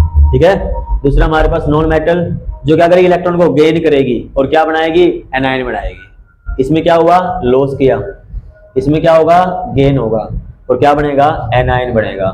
एनायन का मतलब नेगेटिव चार्ज की जो स्पीसीज होती है ना, वो एनायन होती है। जैसे तुमने देखा होगा Na के ऊपर एक पॉजिटिव लगा होता है, Mg के ऊपर क्या है, 2 पॉजिटिव लगा रखे हैं। यहाँ पे क्लोरीन है, इसके ऊपर एक नेगेटिव, ऑक्सीजन 2 नेगेटिव, इस टाइप से लगते हैं ना।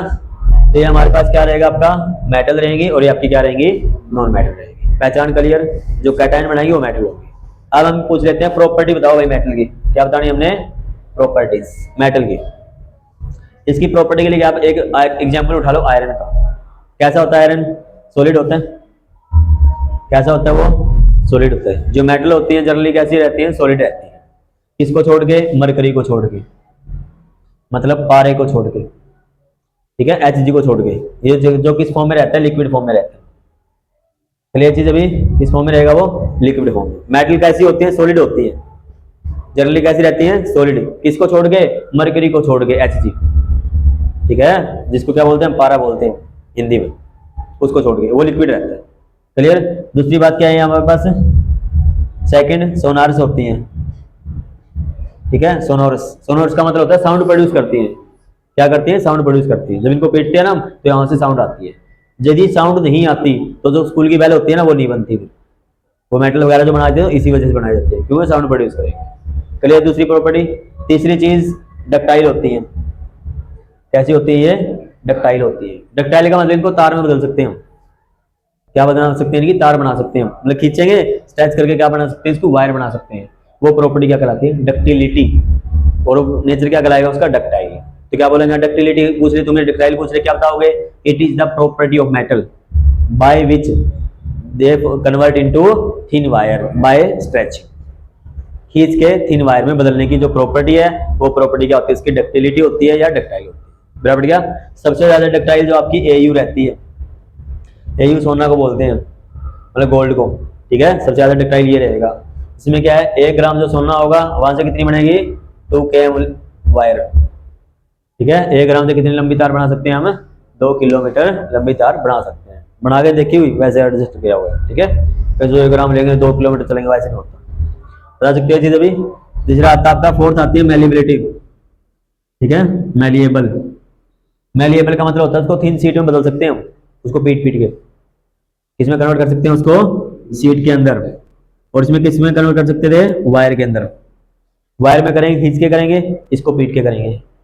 ठीक है, it is the property of metal by which they convert into thin sheet by beaten with hammer.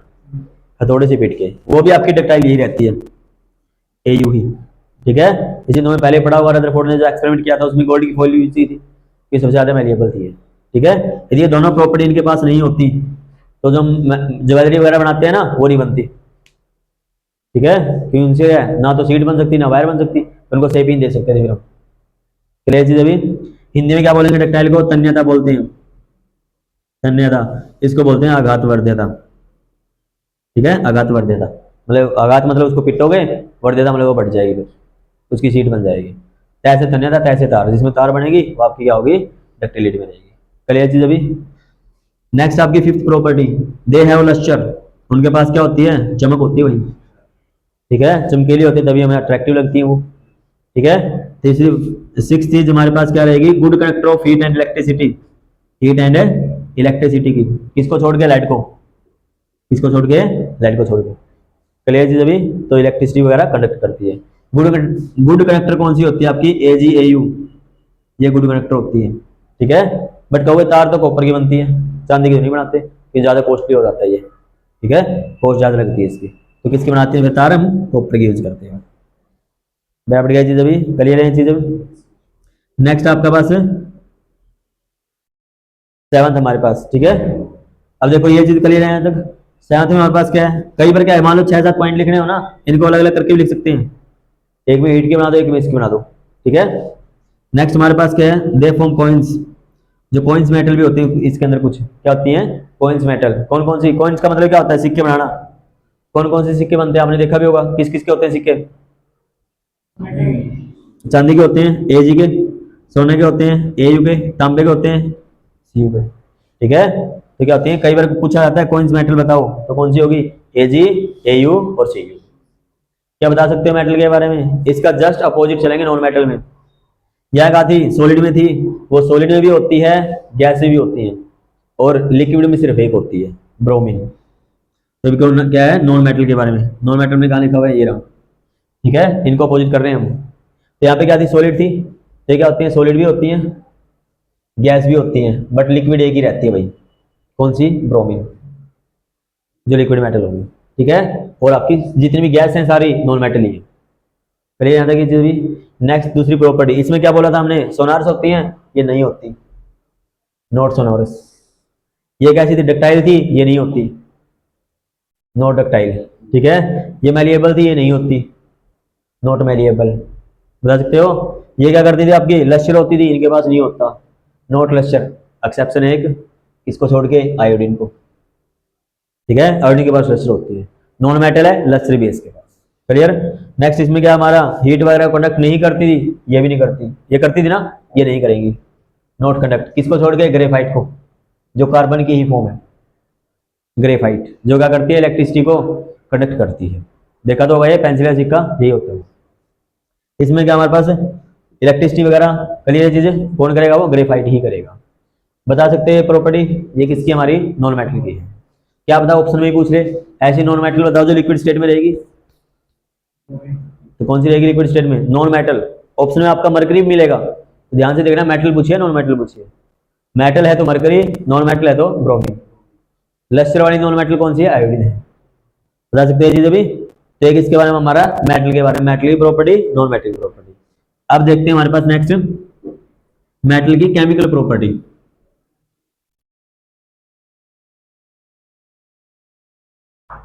Physical तो हम बता सकते हैं, ये सारी फिजिकल प्रॉपर्टी थी, ठीक है। केमिकल प्रॉपर्टी, केमिकल प्रॉपर्टी पहले हमारे पास रिएक्शन करवाने होते हैं केमिकल, हमें पता है। तो क्या करोगे, पहले मेटल की रिएक्शन करवाते हैं ऑक्सीजन के साथ, तो क्या बनाएगा? Metal oxide. क्या बनाएगा वो? Metal oxide. चलिए पहला point, when metal react with oxygen form metal oxide. जैसे Mg था, O2 से बनाया तो क्या बना? MgO। बैलेंस कर देना, ये आपका बैलेंस, ठीक है। फिर कहते जी इसके 2 तो कौन आ गया? वो वैलेंसी का मैटर है। जैसे Mg होते हैं 12 नंबर पे था, ऑक्सीजन 8 पे था, इसकी वैलेंसी 2, इसकी भी 2, कट कर जाएगा 1 पे 1 पे, ठीक है। तो क्रॉस मल्टीप्लाई करो, क्या बनेगा? Mg एक रहेगी, O भी एक रहेगी। चीज भी, तो ये आपके इसके लिए था।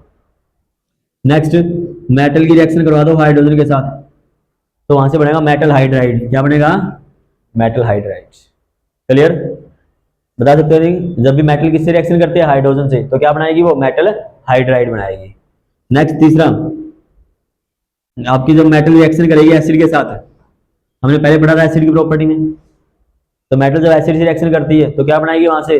मेटल सोल्ट प्लस में हाइड्रोजन गैस। हमने पढ़ा था ना अभी, मेटल सोल्ट बनाएगी और क्या बनाएगी वहां से? हाइड्रोजन गैस बनाएगी। जैसे Fe था, HCl लिया, FeCl2 प्लस में हाइड्रोजन गैस, ठीक है। तो इसकी प्रॉपर्टी। नेक्स्ट हमारे पास फोर्थ प्रॉपर्टी, मेटल की रिएक्शन मेटल सोल्ट के साथ, एक मेटल दूसरा मेटल सोल्ट, तो क्या दिखाएगी वो? Displacement reaction. क्या दिखाएगी वो? डिस्प्लेसमेंट। जैसे क्या था हमारा? Fe मेटल थी, कॉपर सल्फेट क्या था? दूसरी मेटल का सोल्ट था, तो क्या हुआ यहाँ से? रिएक्शन क्या दिखाई इसने? FeSO4 बना लिया, Cu को अलग कर दिया, ठीक है। तो क्या होगा ये? कौन सी रिएक्शन दिखाई? है डिस्प्लेसमेंट रिएक्शन।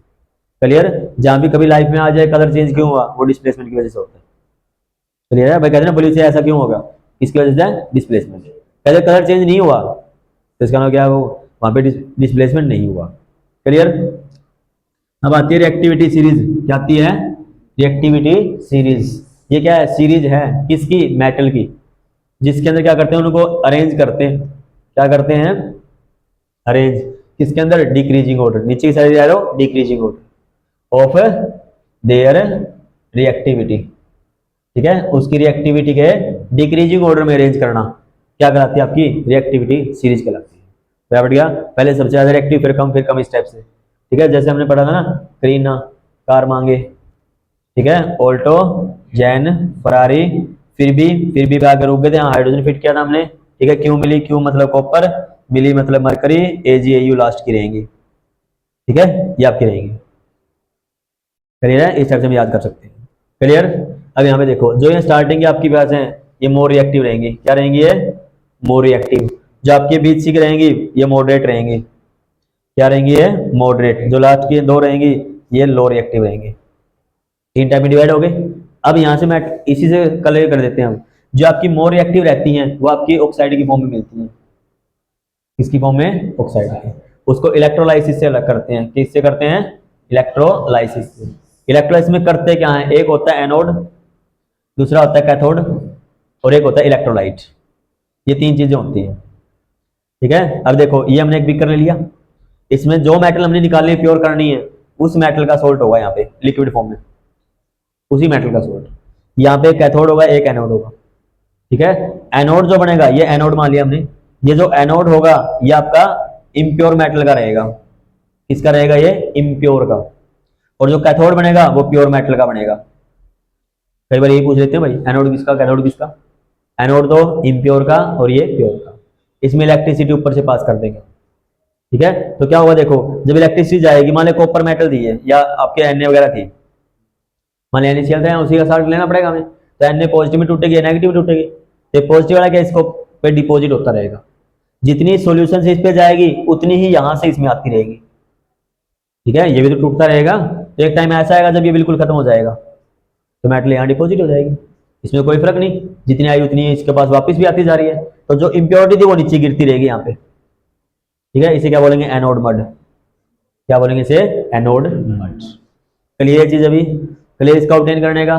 जो ये बीच वाली बच गई, ये आपकी या तो मिलेगी सल्फाइड की फॉर्म में या मिलेगी आपकी कार्बोनेट की फॉर्म में। किस फॉर्म में मिलेगी, या तो सल्फाइड या कार्बोनेट। ठीक है, जब ये सल्फाइड की फॉर्म में मिलेगी और कार्बोनेट फॉर्म में, जब सल्फाइड में मिलेगी तो वहां पे यूज किया जाएगा रोस्टिंग। कौन सा मेथड यूज किया जाएगा, रोस्टिंग। और जब ये कार्बोनेट की फॉर्म में मिलेगी तब यूज किया जाएगा कैल्सिनेशन। ठीक है, हिंदी में इसको निस्तापन और भर्जन बोलते हैं। ठीक है, ये आपका भर्जन के लिए रहेगा, ये निस्तापन के लिए रहेगा। क्लियर। अभी रोस्टिंग होता क्या है, ये प्रोसेस होगा जिसके द्वारा मेटल ऑक्साइड मिलेगा हमें। क्या मिलेगा, मेटल ऑक्साइड। जिसमें करते क्या हम, जो सल्फाइड और था ना मेटल का, उसको हीट करते हैं। किसकी प्रेजेंस में, ऑक्सीजन की प्रेजेंस में। It is the process in which sulphide ore of metal heat in the presence of oxygen and obtain metal oxide. क्या मिलेगा वहां से, मेटल ऑक्साइड मिलेगा। तो प्रोसेस क्या कहलाएगा आपका, रोस्टिंग कहलाएगा। क्लियर। कैल्सिनेशन में क्या होगा, जब कार्बोनेट की फॉर्म में मिलेगा। ठीक है, इसमें क्या होता है, कार्बोनेट जो और मिलेगा ना उसको हीट करेंगे हम। एब्सेंस ऑफ ऑक्सीजन, इसमें क्या नहीं लेना हमें, ऑक्सीजन नहीं लेनी, तो वहां से क्या बनेगा, मेटल ऑक्साइड ही बनेगा। ठीक है, वो क्या कहलाएगा आपका, कैल्सिनेशन कहलाएगा। क्लियर, दोनों में क्या डिफरेंस है। रोस्टिंग क्या होगा, जहां पे सल्फाइड ओर को कन्वर्ट किया जाएगा ऑक्साइड के अंदर, किसकी प्रेजेंस में, ऑक्सीजन की प्रेजेंस में। और कैल्सिनेशन क्या रहेगा, जिसमें कार्बोनेट ओर को कन्वर्ट किया जाएगा ऑक्साइड में, किसके एब्सेंस में, ऑक्सीजन के एब्सेंस में। क्लियर, दोनों में डिफरेंस। यदि इनमें अंतर भी आ जाए बता सकते हो आराम से डिफरेंस, तो भाई इसमें ऑक्सीजन चाहिए इसमें नहीं चाहिए, ये सल्फाइड के लिए या कार्बोनेट के लिए। ठीक है, इसमें हीट हमें क्या दे रहे हैं हम, ज्यादा हीट हमें देनी पड़ेगी, मतलब ऑक्सीजन वगैरह सप्लाई करनी पड़ रही है। इसमें क्या लार्ज अमाउंट में हीट आएगी, यहाँ पे कम में आएगी। बता सकते हो आराम से ये चीज। अब है यहाँ पे एक रीजन आता है कि ऑक्साइड में ही क्यों बदलें। ठीक है, वो क्यों बदलना पड़ता है हमें, ताकि हम इजीली क्या कर सकेगा, रिडक्शन कर सके। रिडक्शन करते हमें क्या मिल जाएगी, मेटल मिल जाएगी। ठीक है, जो रिडक्शन करेंगे इसका किसके साथ करेंगे, कोक के साथ। तो क्या होता है, आपके कार्बन की ही फॉर्म होती है, जैसे हमने किया था ना ZnO, सी के साथ लिखा था हमने, ये कार्बन की ही फॉर्म है। तो यहाँ से क्या बन जाएगा, Zn अलग हो जाएगी, CO वगैरह आपकी अलग निकल जाएगी। क्लियर चीज भाई अभी, क्लियर। अब यहाँ से क्या कर रहे हैं, मेटल को निकाल रहे हैं ना हम। क्या करें, यहाँ से मेटल को निकाल रहे हैं। जो मेटल निकालने का जो प्रोसेस होता है ना, उसे बोलते हैं मेटलर्जी। क्या होता है, मेटलर्जी, मतलब धातु निष्कर्षण। तो मेटलर्जी का बता सकते हो आराम से, it is the process by which metal obtain from its ore. उसके ओर से जो निकालने का प्रोसेस होता है ना, वो क्या कहलाता है, मेटलर्जी कहलाता है। अब यहाँ पे एक वर्ड आया अपना, और क्या होता है, एक मिनरल क्या होता है, ये तुमने एसएस में पढ़ा होगा, और एंड मिनरल। ठीक है, मिनरल वो होते हैं जो धरती से खोद के निकालते हैं हम, वो मिनरल है। ठीक है, और क्या उस मिनरल में से ही पार्ट है जहां से मेटल को निकालना प्रॉफिटेबल हो, मतलब इजी हो, वो क्या कहलाएगा, और कहलाएगा। क्लियर, क्या फर्क है, जो धरती से खोद के निकाल लिया हमने, दीज आर द सब्सटेंस या materials which obtain from earth crust, वो जो मिनरल होंगे। और जिन मिनरल से मेटल को निकालना इजी है वो क्या होंगे, और होंगे। बता सकते हो दोनों में फर्क। क्लियर है भाई ये चीज अभी। अब हमने पढ़ा है मेटल के साथ तो क्या आती है, इंप्योरिटी भी आती है, उन्हें बोलते हैं गैंग। ठीक है, क्या बोलते हैं उन्हें, गैंग। तो क्या होती है गैंग भाई, these are the impurity which comes out with metal when they obtain. जब इनको हम ऑब्टेन करते हैं ना, उसके साथ जो इम्प्योरिटी आती है, रेत वगैरह जो भी चीज आती है, वो क्या कहलाएंगे, आपकी गैंग कहलाएगी। क्लियर है, ये ऑल अबाउट किसके बारे में था आपका, अब मेटल्स के बारे में, मेटल एंड नॉन मेटल का चैप्टर। क्लियर, जिसमें सबसे इंपॉर्टेंट आपका रोस्टिंग एंड कैल्सिनेशन। अब आते हैं नेक्स्ट चैप्टर के अंदर।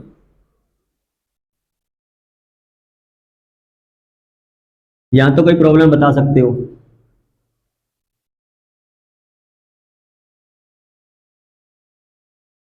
यहां तो कोई प्रॉब्लम। चलिए, मेटल नॉन मेटल वगैरह हमारे पास। अब नेक्स्ट आता है हमारा कार्बन एंड इट्स कंपाउंड। पहले चीज हम कार्बन के बारे में देखते हैं। पहली चीज तो ये नॉन मेटल है। ठीक है, दूसरा इसका एटॉमिक नंबर 6 है, वैलेंसी इसकी 4 है। ठीक है, और वैलेंस इलेक्ट्रॉन भी इसके 4 हैं। ठीक है, दूसरी नेक्स्ट इसके पास कैटेनेशन प्रॉपर्टी होती है। कौन सी प्रॉपर्टी होती है, कैटेनेशन प्रॉपर्टी। थर्ड हमारे पास इसमें कोवलेंट बॉन्ड फॉर्मेशन होता है। क्या बनाता है ये, कोवलेंट बॉन्ड बनाता है ये। ठीक है, ये इसकी प्रॉपर्टी होगी। अब देखते हैं इनमें किसका ज्यादा यूज करना है हमें, पहले कैटेनेशन का, दूसरा कोवलेंट। ये चीज हमें चाहिए मेन तो।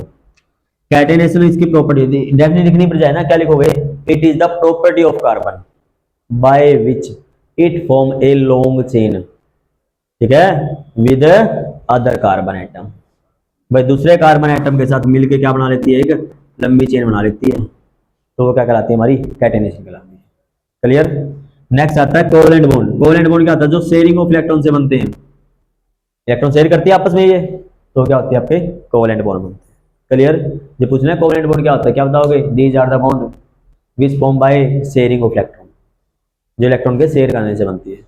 इन्हीं प्रॉपर्टी की वजह से सबसे ज्यादा क्या बोलते हैं इसको, कंपाउंड किसके होते हैं, आपके कार्बन के होते हैं। क्लियर। सबसे ज्यादा कंपाउंड किसके, कार्बन के, किसके कारण, catenation, covalent bond formation and tetravalency, 4 valency को टेट्रावैलेंसी बोलते हैं। क्लियर चीज अभी, यहाँ तक कोई दिक्कत।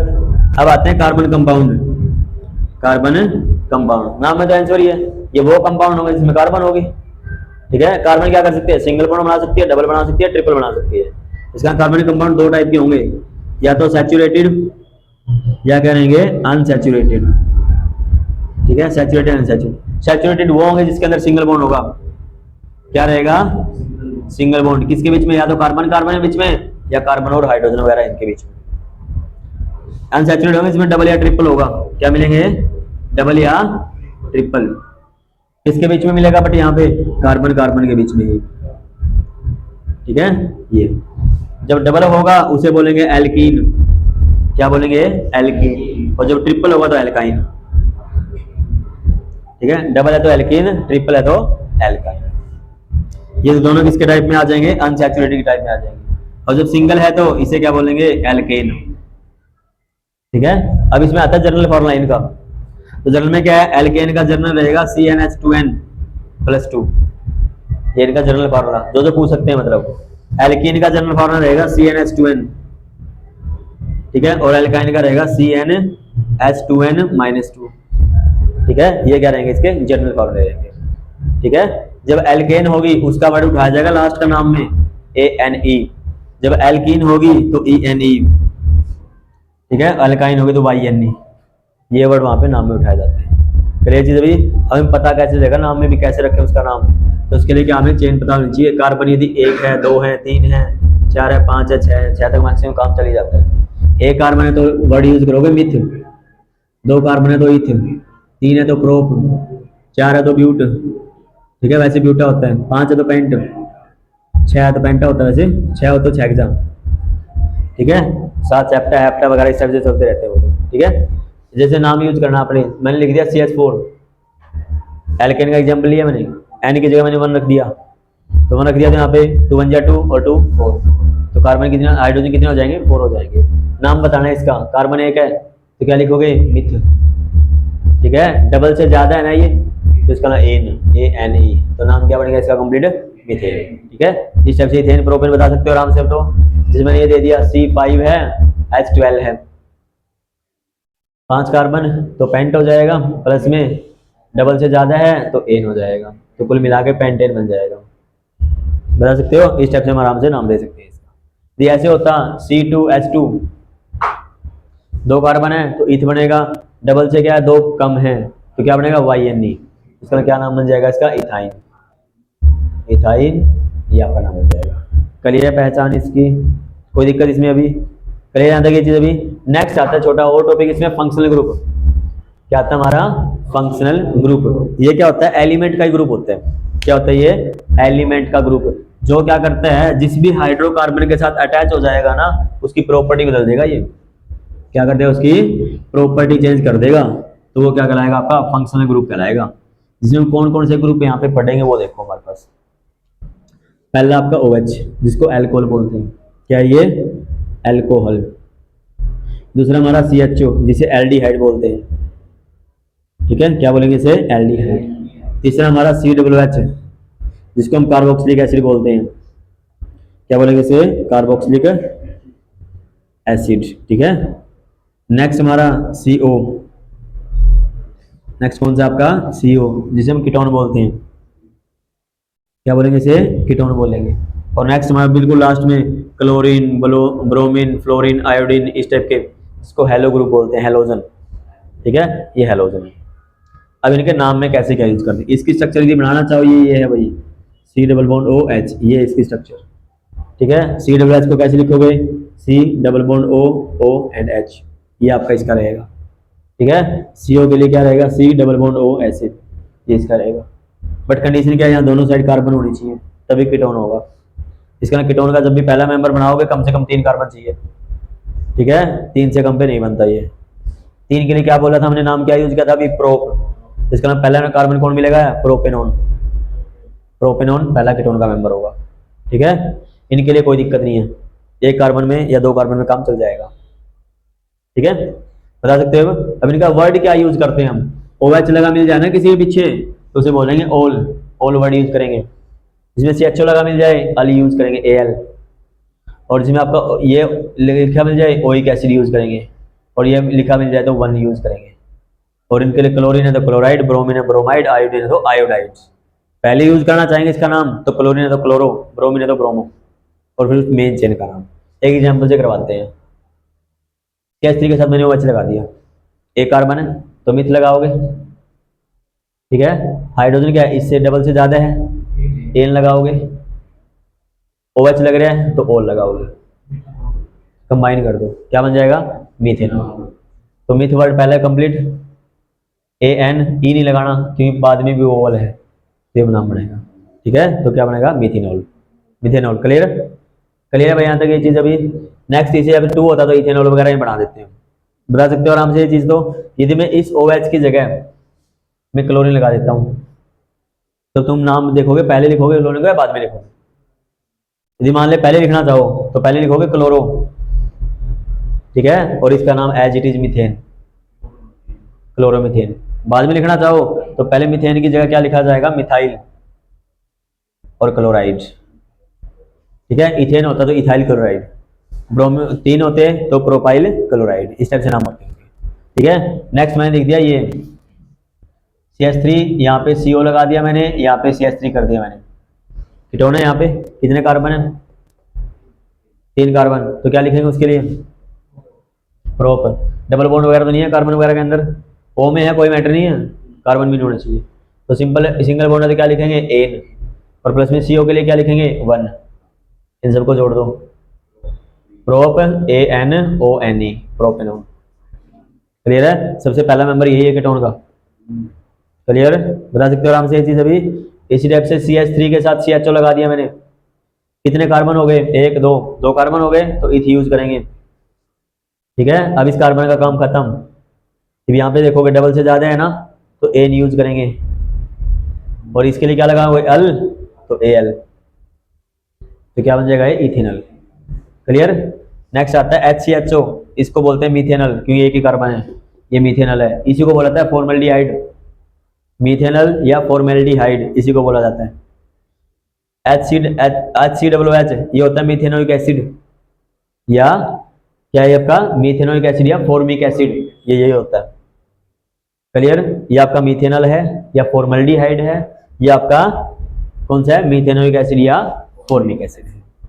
बताओ भाई, क्लियर इनका नाम क्या है। नेक्स्ट एक आता छोटा आपका बेंजीन का फॉर्मूला, वो एक ही रहेगा C6H12, वो क्या रहेगी आपकी बेंजीन रहेगी। यहाँ तक कोई प्रॉब्लम बताओ भाई, हमारा फंक्शनल ग्रुप क्लियर, नेमिंग वगैरह क्लियर है यहाँ तक हम। अब नेक्स्ट हमारे पास क्या आते हैं, कार्बन के बारे में ही, इथेनोइक एसिड वगैरह इनकी कुछ प्रॉपर्टी हैं। ठीक है, वो आपसे ज्यादा नहीं पूछी जाती, जो मेन आपका है या तो नाम पूछेंगे या कैटेनेशन पूछी जाएगी या कोई कंपाउंड दे देंगे बताओ किस फैमिली का ये। ठीक है, या फंक्शनल वगैरह ग्रुप, इस टाइप से हमने सिर्फ पहचानना होगा।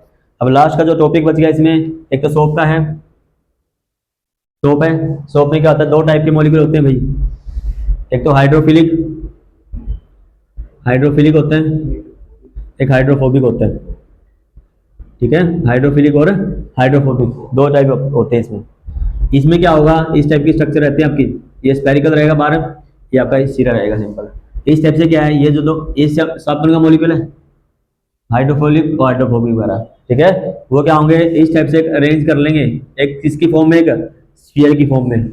ये जो बन जाएगा, सारी इंप्योरिटी होती है ना वो सारी इसके अंदर इकट्ठी होती है, और जो स्फेरिकल अरेंजमेंट बनी है हाइड्रोफिलिक और हाइड्रोफोबिक की, इसी को बोलाता है मिसेल। ठीक है, यही क्या आपकी मिसेल। मिसेल्स, ठीक है। बता सकते हो मिसेल क्या होती है? तो क्या ये अरेंजमेंट है किस फॉर्म में? स्फेरिकल फॉर्म में। किसकी? सोप मॉलिक्यूल की। दो मॉलिक्यूल, दो सिरे आपके पास थे। बता सकते हो ये सिरा क्या करेगा? इम्प्योरिटी के साथ मिक्स हो जाएगा, ये बाहर रहेगा।